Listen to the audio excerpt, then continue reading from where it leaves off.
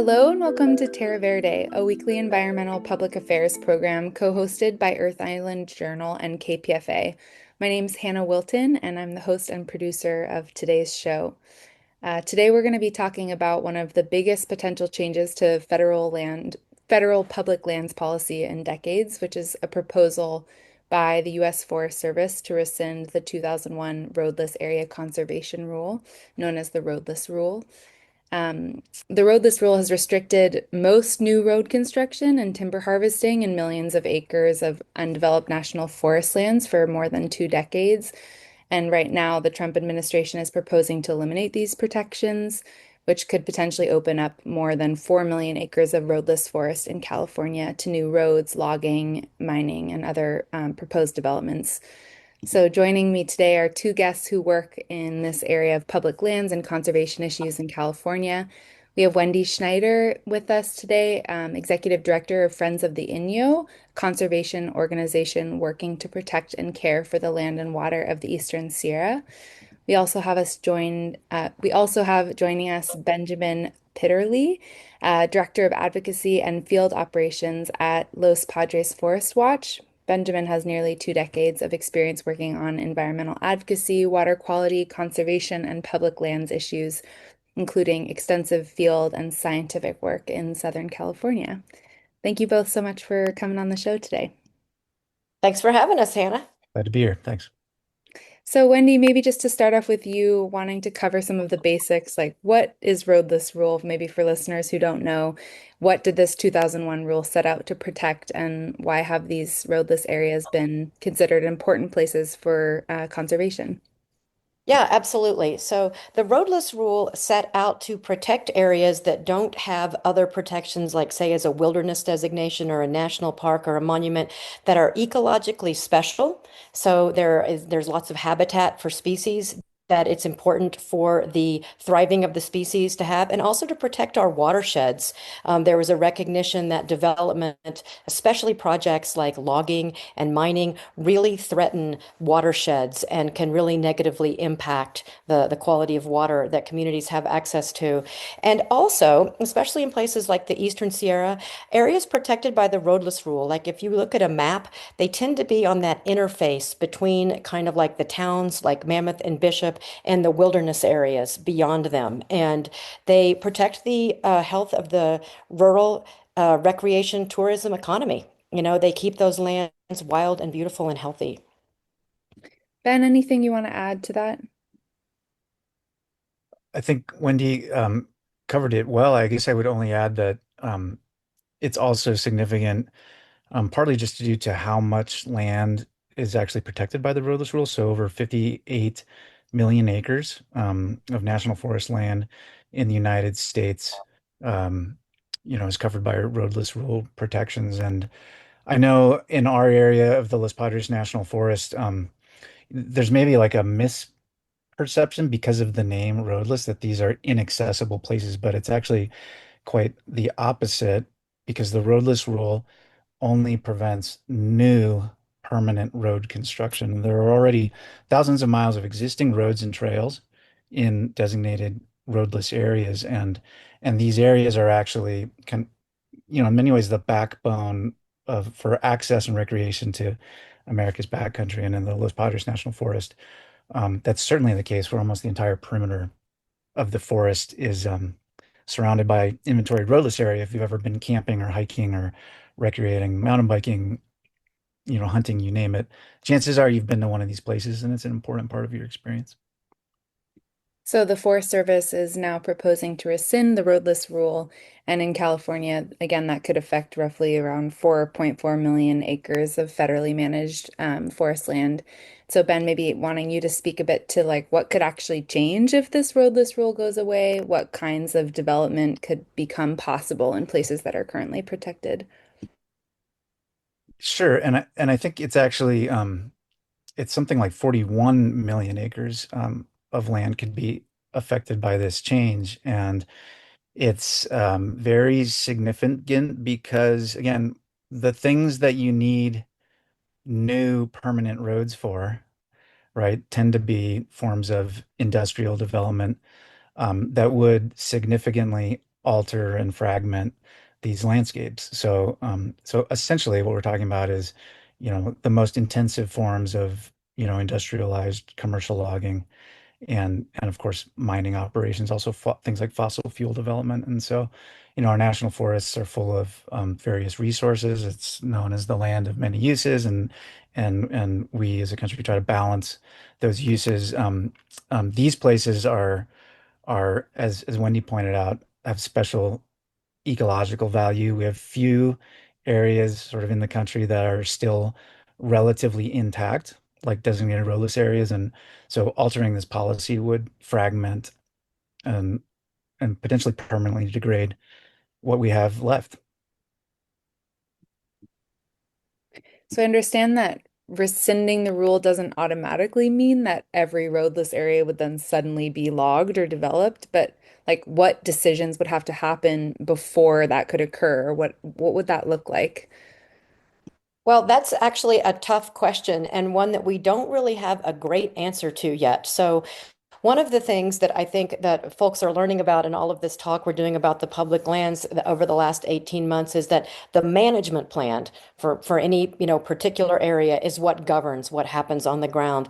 And I'm really proud to say that management plans, at least in the area where I work, are really the result of a collaboration between the agency personnel at the Forest Service, the recreation community, and many others, scientists and, just conservationists, and also interests that want to, use the land for some kind of economic purpose. And, so the management plan that is in place at this time for whatever area has taken into account that, portions of it might be protected by the roadless rule. And if you take away that protection, then all of a sudden big areas are open to a sort of development, and especially including extraction projects or logging that was not contemplated when everybody got together and decided on the management plan. And what we're seeing happening, like especially in our area, we have a mining project that we definitively defeated 2 years ago. Like the exact same project is back, and there has been no public process, no comment period open. And like, under an administration where we're seeing this kind of thing happen, like taking away this protection is, I'm not really sure exactly what would happen. NEPA still exists, the National Environmental Policy Act, and all of its requirements, but it's really unclear how it would be affected, but it would certainly be taking away protections from ecologically important areas and areas that are important to local economies, areas that are important to people's way of life, especially in the American West. And Yeah, and yeah. sure. Yeah, Hannah, I mean, I would only add on to that I mean, exactly. This proposal is one part, it's a major part, but it's one part of an entire agenda, a deregulatory agenda of this administration, right? So, one thing this administration is arguably upfront about is that its primary objective is to deregulate and promote new industrialized resource extraction of public lands. Okay, and so that is what this is about. And as Wendy pointed out, um, this decision puts many of these protected places, especially at risk, not only because of what it itself does, but because it's happening alongside a slew of other actions. So everything from, movements to, gut the Endangered Species Act to, to weaken NEPA, as Wendy stated, to eliminate things like public comment periods. Um, dismantling the U.S. Forest Service, right? I mean, across the board, we're at a moment where we're just seeing a slew of attacks on public lands, and this is a major part of that plan. Yeah, you're kind of speaking to this already, but I guess, one of the central arguments that's being made is that roadless rule makes it harder to manage forests and reduce wildfire risk is being cited as one of the primary reasons. And yet, the the current administration is arguing that opening these lands to more active management could help address the wildfire crisis. And so I'm curious, like, you're already kind of speaking to this, but like, what would you say back to that argument? does building more roads into roadless forests make communities safer from wildfire? Um, Wendy. Absolutely not. And actually, we held a town hall event last night in Mammoth, and we had more than twice as many people as we thought that we would. And wildfire professionals there agree that it is absolutely not true that rescinding the roadless rule would protect communities from wildfire. In fact, exactly the opposite is true. The truth is that 75 or 80% of wildfires are human caused, and most of those start within a half mile of a road. So, like building more roads into hard to reach areas will just deliver more people in there who can ignite fires. And we had two wildfire professionals who said, fires get started near a road, but then very quickly move somewhere else. And so that road is not helping you fight the fire. They're fought from the air. And, that that's just the way it happens. And also, I would like to point out that in our area, we have a really big, people refer to it affectionately as the Mammoth Donut Project or the Mammoth Croissant Project, a very big wildfire mitigation project. It's going to take like 2 decades to finish, that is very actively going on right now. And it has a lot of different aspects, and none of it is being interfered with by the roadless rule. What do you think, Ben? Well, of course, I agree entirely. I mean, wildfire protection, I mean, it's a great story politically for the administration to tell because it preys upon the optics of, people's concerns about wildfire, right? Rightfully so. People are concerned about increased wildfire, their communities, keeping their communities safe. Um, However, the roadless rule doesn't prevent, I mean, this is a key thing. Again, it prevents new permanent road construction. It does not prevent fuel mitigation work from happening in roadless areas. And that's a double-edged sword, frankly, for many groups and organizations concerned about conservation. Because there are some projects moving forward that use commercial harvest already in roadless areas that are controversial and arguably maybe not. It all depends how it's implemented, right? These projects aren't a silver bullet. You don't, and remote fuel work in the forest doesn't stop large mega fires from spreading, right? That's something like, let's just say that, right? Like, you can maybe influence fire behavior and intensity through this work if you do things in a certain way and you line up with the right conditions, right? But these projects are by no means a silver bullet, and they are taking place in roadless areas. And again, like just like Wendy pointed out, we have fuel work going on in the Los Padres currently, um, and thousands of acres of additional work being proposed in roadless areas. So, the roadless rule is certainly not a barrier to fuel work. And ironically, I think the latest, the formal environmental impact statement just dropped a couple days ago. And based on, it's a long document, but based on what we've seen so far, and the Forest Service itself in its own document arguably undermines this argument that this is about wildfire and rather states a broader assumption that timber projects will be the primary, most likely source of funding for new roads. So, um, the administration's own experts sort of don't back up, and documentation don't back up that narrative. It's about political optics. For those just tuning in, you're listening to Terra Verde on KPFA. We're talking about the proposed rollback of the federal roadless rule and what it could mean for California's forests. I'm here with Wendy Schneider, Executive Director of Friends of the Inyo, and Benjamin Pitterly, Director of Advocacy and Field Operations at Los Padres Forest Watch. Yeah, I really want to give you both a little space and time to talk a bit about like what is at stake in your respective regions. If these protections disappear, like the kind of work and projects that you're already carrying out. Maybe Wendy, we can start with you, just in Eastern Sierra. Any particular like landscapes or species or watersheds, communities that you're particularly concerned about? Yeah, absolutely. Our working area is pretty much all of Inyo and Mono counties, and 80 or 90% of that land is federal land. And a lot of it is protected by the roadless rule. And what I am super concerned about is making the way for more mining projects. We actually don't have a tremendous amount of logging on any of the forest that we protect because I understand of the kinds of trees that grow there. But we do have, unfortunately, a lot of gold.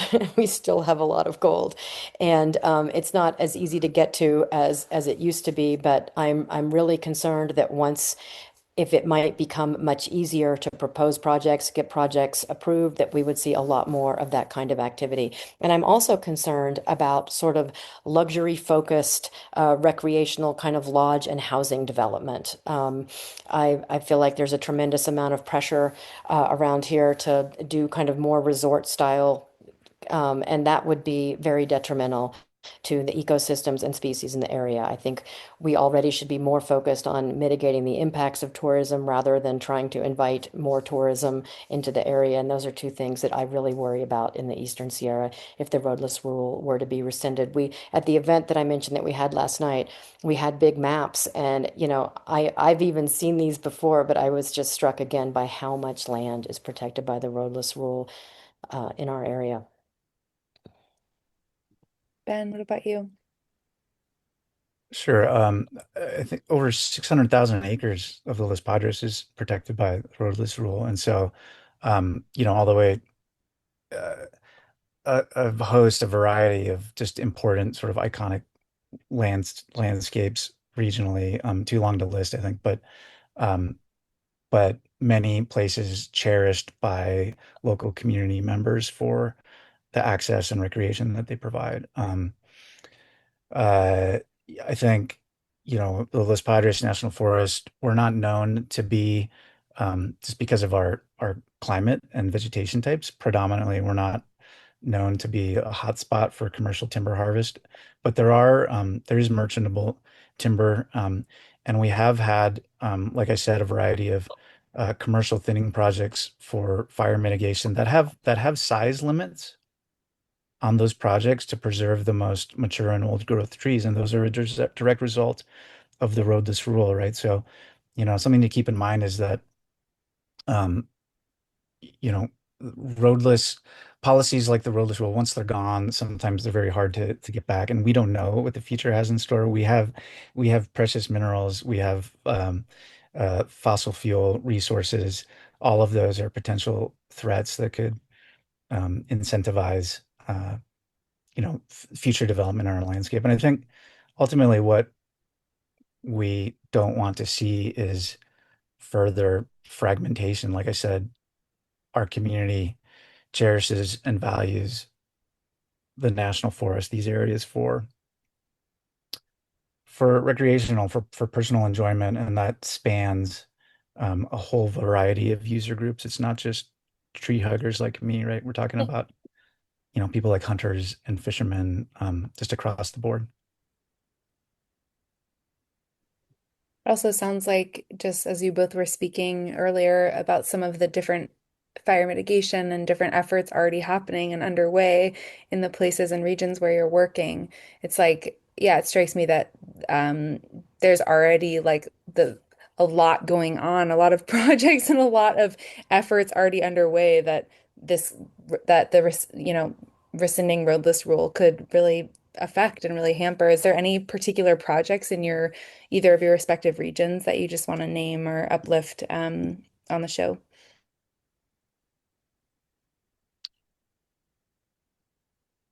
We there the Forest Service in our area recently completed an environmental review of a very large fuel treatment project that includes some forms of commercial harvest. Luckily, the roadless rule has been in place as that process played out and it influenced the project design.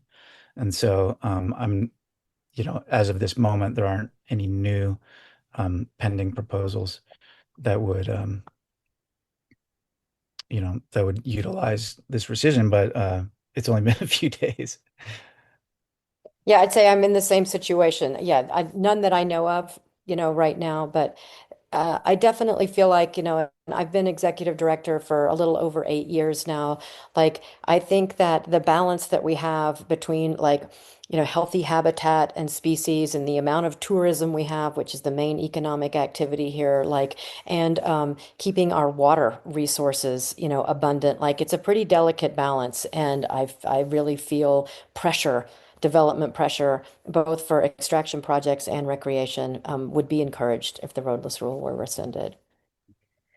Yeah, and I'll just add on again, like, because I mean, of course, we want to speak to our own local, communities and resources that we work to protect, right? But this is a nationwide rule, and there are parts of the country where this rule is central. I mean, the commercial logging industry's been wanting to dismantle this policy, this regulation, for decades, right? And it's been working to do so. And there are places like, for example, like the Tongass National Forest in Alaska, right, which is like, you know the epicenter for where we'll see the proposals moving forward immediately. I think their industry is waiting, on the sidelines to take advantage of this move. There's no question.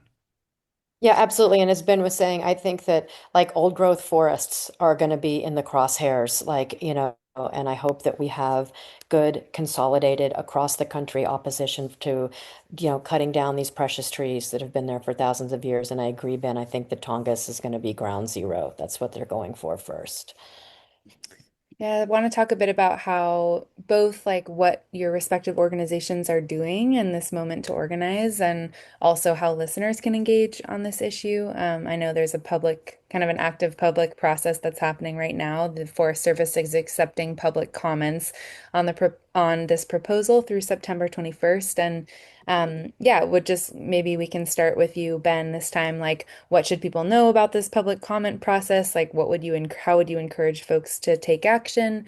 Anything you want people to know about the ways that your organization is organizing in this moment? Sure. I mean, unfortunately, as opposed to when the rule was established, where there was like over 400 public meetings, it was a 2-year process, over 1.5 million public comments submitted, right? Almost all in support. This is taking place with only a 30-day public comment period. There will be no public hearing hosted, which is a stark contrast. And so, I think community groups like ours, I know across the country have been hosting like town halls to inform people about this. I know, our group has been doing that. Um, there is the comment period, just opened up, I think this morning This officially, morning. Mhm. and there are now, so there's 30 days for the public to submit comments. It's very important that we do so, to build that record of support. And you can do so. The easiest way to do that would be to, so Forest Watch, you can go to our website, forestwatch.org/action, and there's an action alert there that you can click on that will help you do that. There's also an organization, if people visit roadless.org, like I said, there's a coalition of organizations around the country that have been uh, uh, collaborating to provide ways that the people can get involved, and that roadless.org is another resource for people to check out. Yeah, I was going to mention roadless.org and also Friends of the Inyo's website, yeah, has an action portal. And, I would encourage folks to submit comment and to encourage their friends to submit comment and also to reach out to their congressperson. Our congressperson is Kevin Kiley, and he actually came out this morning voicing like real concerns with rescinding the roadless rule. And he is a Republican that turned independent, and we've, of course, been working with his office a lot on public lands issues. But whoever your congressperson is, let their office know that you're really concerned about this procedure. And like Ben said, one of the alarming things about it is how they don't seem to be too interested in stimulating meaningful public input, in stark contrast to the process that happened when this rule was passed. We just did a town hall event last night, and a couple of different people at the event came up to me and said, I remember working on this rule. I remember working, back in the early 2000s, to support this rule. And I can't believe that we're having to do this again and that the process is going to be so short. Yeah, curious like if either of you know like what happens after the 30-day public comment period? Like what does the path ahead look like? I'm sure Ben knows too, but yeah, so there's the scoping period, there's the draft environmental impact statement, then there's a final environmental impact statement, and then, once the final environmental impact statement is released, I think then you're in litigation land if you want to challenge it, but that's going to be the end of the official procedure about it. Unless, Ben, do you have other information? No, I mean, I don't think we are holding our breath for this administration to like change its course, right? But it's still really important for people to do this. We don't want to give the impression that like this is hopeless. That, like I said, the roadless rule, it's been challenged. It's one of the most enduring policies or regulations, right? That we've had for several decades, and it's been overturned by prior administrations. It's been challenged by, states and industry, and time again, it's been reestablished both through subsequent administrations and through the courts. And so, you know, I think there are parallels there that give us hope. And in order for us to do that, it's critical that people don't sit on the sidelines and they make their voice heard. And the only like kind of last thing I would add is that I really believe this is a tremendously unpopular decision for this administration to be making. If people really understood what's happening, I do not believe that the vast majority of Americans would approve of this decision. And that's borne out by polling. This was a bipartisan act originally. Most recently, 2019, I think it was something like 65% of Republicans supported roadless protections. This is a policy that sort of cuts to the heart of what it means to sort of have natural heritage as an American, right? Like your family's been going to certain places in our landscape to enjoy for whatever your preferred activity is for generations. These are those places that are at stake, and uh, I think we're going to see that pushback reflected as this moves forward. Wendy, any last words here as we wrap up? Really appreciate you both coming on the show today. Um, I would just say very well said, Ben, on all of that. And I think an important takeaway is it is not hopeless and it is critical for people to engage and raise their voices and say they support the roadless rule and everything that it does. and maybe you can say for folks one more time where they can go to find out more and follow your work. Um, Ben and then Yeah. Wendy. Well, for Friends of the Inyo, you can go to Friends of the Inyo and it's inyo.org. And for this particular issue, roadless.org also gives you all the information you need and the portals to get in and make comment. Wonderful. Thanks. And our website is forestwatch.org. If you add /action, you can find the related action alert. Great. Well, with that, we'll go ahead and close the show. Thank you guys so much for coming on today and really helping us understand what's at stake in this proposed change. Thank you both. Thanks so Thank much, you. Hannah. Thanks to everyone who tuned in to listen, especially all of the supporters of KPFA who make our independent broadcast efforts possible. Your support keeps us on the air, so please consider making a donation to KPFA to keep community radio alive and thriving. You'll find this episode of Terra Verde and other shows in the online archive at kpfa.org or on the Earth Island Journal's podcast page.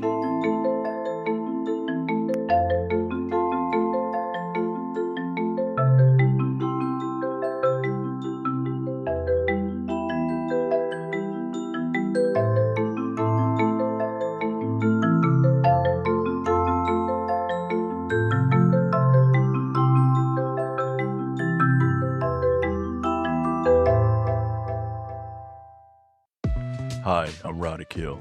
I help keep KPFA's daily broadcast schedule running smoothly. And as the afternoon board operator, I bring shows like Flashpoints to your speakers. As much as I contribute, none of it happens without listener support. Right now, we need your help. If KPFA means something to you, please donate today at kpfa.org. You, and only you, keep independent radio alive. This is Cory Doctorow, author of many books, including In-Shittification: Why Everything Suddenly Got Worse and What to Do About It. And you're listening to KPFA 94.1 FM, independent, community-powered radio from Berkeley. You're listening to the tiny but strong as an ox, 94.1 KPFA in Berkeley, 89.3 KPFB in Berkeley, 88.1 KFCF in Fresno, and online at